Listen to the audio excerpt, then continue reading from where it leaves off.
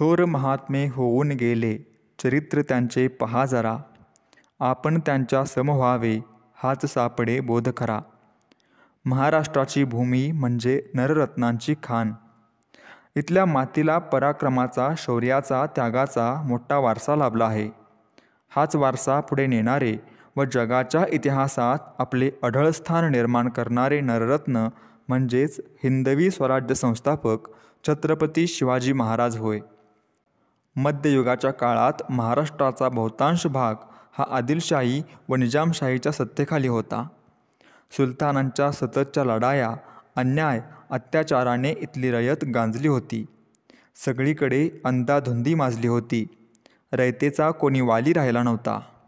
अशा घोर अंधारात स्वाभिमानाचा सूर्य, रयतेचा राजा छत्रपती शिवाजी महाराजांचा जन्म फाल्गुन वद्य तृतीया शके 1550 म्हणजेच 19 फेब्रुवारी 1630 रोजी शिवनेरी गडावर झाला.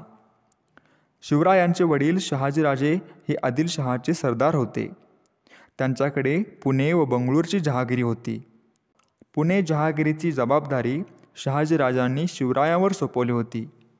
शिवरायांनी वयाच्या अवघ्या 14व्या वर्षी उद्ध्वस्त झालेले पुणे पुन्हा वसवले व जहागिरी सुरळीत चालवून दाखविले. शिवबांच्या जहागिरीसाठी शहाजीराजांनी नवी राजमुद्रा तयार करून घेतली. त्यावर लिहिलं होतं, प्रतिपचंद्रलेखेव वर्धिष्णू विश्ववंदिता शासनो शिवसैषा मुद्रा भद्राय राजते. पण जहागिरी ही सुलतानांची चाकरी. शूर पराक्रमी मराठा सरदारांना सुलतानांच्या चाकरीत राहावे लागे. शिवबाने सुलतानांची चाकरी करू नये. रयतेला सुखी करण्यासाठी शिवबानं स्वतःचं राज्य स्थापन करावं असं जिजाऊंना मनोमन वाटे. पण स्वराज्य स्थापन करणे एवढी सोपी गोष्ट नव्हती. अन्याय अत्याचाराने त्रासलेल्या मावळातील रयतेला सोबत घेऊन शिवरायांनी स्वराज्य स्थापन करण्याची शपथ रायरेश्वराच्या साक्षीने घेतली आणि पहिला किल्ला स्वराज्याला जोडला तो म्हणजे किल्ले तोरणगड. यानंतर मुरुंबदेव, कोंढाणा, रोहिडा असे बळकट किल्ले स्वराज्याला जोडले. शिवरायांच्या राज्यात प्रजेला न्याय मिळत होता. स्त्रियांना संरक्षण मिळत होते. सर्व जाती धर्माचे लोक गुण्यागोविंदाने राहत होते. पण शिवरायांच्या पराक्रमाने आदिलशाह व औरंगजेब बिथरले होते. स्वराज्याला संपवण्यासाठी अफझल खान, शाहिस्ते खान, सिद्दी जोहर स्वराज्यावर चालून आले.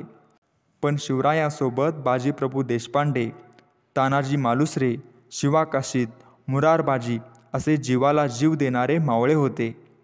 स्वराज्यावर चालून आलेल्या प्रत्येक संकटाला शिवाजीराजे पहाडी छातीने सामोरे गेले आणि स्वराज्याचं रक्षण केलं. आग्र्याहून बादशहाच्या नजरकैदेतून सुटका करून घेतल्यानंतर पुरंदराच्या तहात गमावलेले कोंढाण्यासारखे बळकट किल्ले शिवरायांनी परत स्वराज्याला जोडले. कित्येक मावळ्यांच्या बलिदानाने आता स्वराज्य उभं राहिलं होतं. स्वराज्य मिळालं हे जगाला कळावं म्हणून शिवरायांनी राज्याभिषेकाची योजना आखली आणि तो सुवर्णक्षण आला.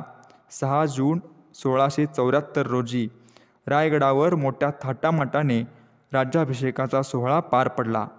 क्षत्रिय कुलावतंस, सिंहासनाधीश्वर शिवछत्रपती असा सर्वांनी जय जयकार केला. जिजाऊंचे स्वप्न सत्यात उतरले. सावध नेता, कुशल संघटक, लोककल्याणकारी प्रशासक, हिकमती लढवय्या आणि एका नव्या युगाचा निर्माता असे शिवछत्रपतींच्या व्यक्तिमत्वाचे अनेक तेजस्वी पैलू होते. आज शिवजयंती दिनी मी माझ्या राजांना त्रिवार मुजरा करतो.